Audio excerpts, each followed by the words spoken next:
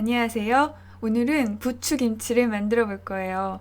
보통 김치는 주재료를 빼고는 양념을 거의 비슷하게 하는데요.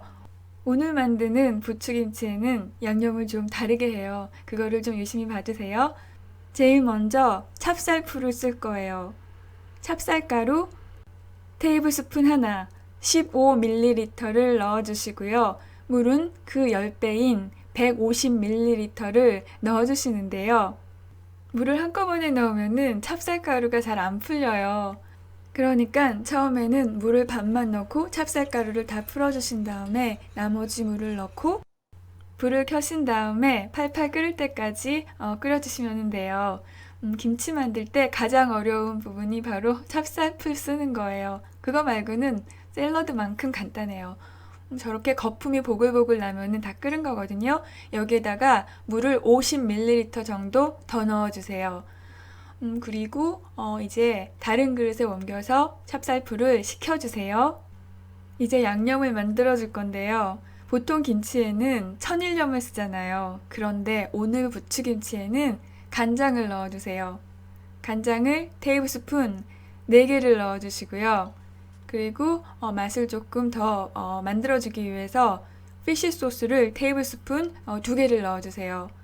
그리고 혹시 새우젓을 좋아하신다면은 새우젓을 테이블스푼 하나를 추가로 넣으셔도 되는데요. 저는 넣지 않았어요. 새우젓은 취향에 따라서 넣어주셔도 좋고 안 넣어주셔도 좋아요. 그리고 보통 김치 양념할 때는 마늘이나 생강을 넣잖아요. 근데 부추 자체에 매운맛이 많기 때문에 오늘은 마늘도 생략할 거예요. 그런데 마늘 특유의 맛을 좋아하신다. 그러면은 몇 쪽 넣으셔도 상관없어요. 그리고 설탕을 넣어줄 건데요. 부추의 매운맛이 강하잖아요. 그래서 매운맛을 상쇄시키기 위해서 설탕을 좀 많이 넣었어요. 설탕을 테이블스푼 2개를 넣어주시고요. 김치에는 절대 넣지 않는 식초를 넣어주는데요. 식초는 설탕의 2배, 테이블스푼 4개를 넣어주세요. 그리고 고춧가루를 넣어주세요. 고춧가루는 100ml 정도 넣어주시면 되는데 원하면은 조금 더 넣으셔도 되고 아니면 덜 넣으셔도 좋아요. 부추김치 양념이 다른 김치 양념이랑 다른 이유는요. 부추에는 발효를 담당하는 유산균이 많지 않기 때문이에요. 유산균이 별로 없으니까 발효가 만들어지지 않아서 신맛이 나오지 않아요. 그렇기 때문에 식초를 넣어줬고 유산균을 죽일 걱정이 없으니까 화학 첨가물이 많은 간장을 넣어줘도 되는 거예요. 그럼 어떤 채소에는 유산균이 있고 어떤 채소는 유산균이 없는지 궁금하시죠? 알려드릴게요. 가장 대표적인 채소가 바로 배추. 배추는 흙 위에서 바로 자라잖아요. 그래서 겉에 초록잎 말고 저 안에 부분, 하얀색, 노란색 부분, 그리고 무도 흙 위에서 자라고요. 그리고 역시 배추처럼 창백하잖아요. 이런 채소에는 유산균이 많이 들어있다고 추정을 해요. 근데 양파나 마늘처럼 창백한 채소라도 너무 매운맛이 강하면은 유산균이 살 수가 없어요. 그리고 오이로도 김치를 많이 담가 먹잖아요. 오이는 땅 위에서 바로 자라는 거는 아니지만은 저렇게 그늘에서 자라고요. 겉은 초록색이지만 과육은 창백한 색이에요. 과육에 유산균이 많이 있다고 추정할 수 있어요. 근데 부추는 진한 초록색이잖아요. 햇볕을 많이 받고 자랐다는 뜻인데 잘 아시겠지만 유산균은 어두운 걸 좋아하고요. 밝은 거를 싫어해요. 그래서 밝은 곳에서는 잘 살 수가 없어요. 이건 쪽파나 대파도 마찬가지예요. 그리고 매운맛이 강하잖아요. 이렇게 매운 환경에서는 유산균은 자라나기가 어려워요. 근데 한 가지 의문이 드실 거예요. 포도는 자연 발효에서 포도주가 만들어지거든요. 그런데 포도는 땡볕에서 자라잖아요.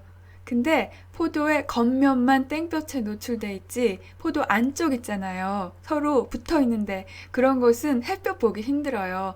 그런 곳에서 유산균이 살 거라고 추정하고 있어요. 부추는 찬물에 3번 정도 깨끗하게 씻어서 준비해 주세요. 혹시 끝이 상했다면 그 부분은 잘라주시고요. 그리고 이제 할 거는 그냥 양념을 다 부어버리고요. 묻혀주면 돼요. 제가 경험해 보니까 김치 양념은 좀 모자라다 싶을 정도로 넣는 게 좋더라고요. 그런데 저렇게 그릇에 남아있는 양념 아까우니까요. 머리채를 잡듯이 부추 잎사귀로 양념을 박박 닦아주세요. 양념을 너무 많이 넣으면은 결국은 짜게 되더라고요. 중간중간에 생 부추가 보이는데요. 양념 한 번만 닿으면은 그냥 금방 숨이 죽어요. 그런데 하얀색 부분 있잖아요. 저 부분이 간이 배기가 힘드니까 저 부분에 중점적으로 양념을 묻혀주시고요. 초록색 부분에는 그냥 장갑으로 한번 쓱 문질러 주세요. 제가 요즘 채널 멤버십 때문에 매주 식단을 고민하고 있는데요. 그러다 보니까 부추를 많이 활용해야겠다는 생각을 하게 됐어요. 그 이유가 우리는 초록색 풀을 많이 먹어야지 돼요. 그냥 채소나 과일 많이 먹으면은 좋다 이런 생각이지만 초록색 풀을 많이 먹으면은 행복하다 이런 생각이 들거든요. 그런데 우리가 먹을 수 있는 초록색 풀이 몇 개가 없어요. 대부분 아주 강한 맛이고 그나마 우리가 먹을 수 있는 게 상추 정도잖아요. 상추만 매일 먹으면은 단조로우니까 다른 생으로 먹을 수 있는 초록색 풀이 필요해요. 그런데 그 중에서 제 생각은 부추가 아주 가능성이 많은 것 같아요. 그래서 오늘 부추김치를 만들어 봤고요. 다른 생으로 먹는 부추 요리도 많이 연구해 볼게요. 이거는 상온에서 하루 놔두고 냉장고에 넣어서 먹었는데요. 완전 맛있었어요. 약간 매콤한 맛이 남아있고 그리고 소금 대신 간장을 써서 소스가 아주 맛있었어요. 계속 먹다 보니까 밥이랑 먹고 싶어서 지금 따뜻한 밥 위에다가 얹어놓고 먹고 있는 거예요. 완전 밥도둑이에요. 참 그리고 저는 짜게 먹지 않는 편인데요. 이렇게 먹으니까 간이 딱 맞았거든요. 근데 김치는 짜야 된다. 이렇게 습관이 되신 분들은 제가 사용한 간장과 피쉬 소스보다는 좀 더 많은 양을 사용하셔야지 될 거예요. 오늘은 여기까지 할게요. 오늘도 봐주셔서 감사합니다. 안녕히 계세요. 그리고 사랑해요.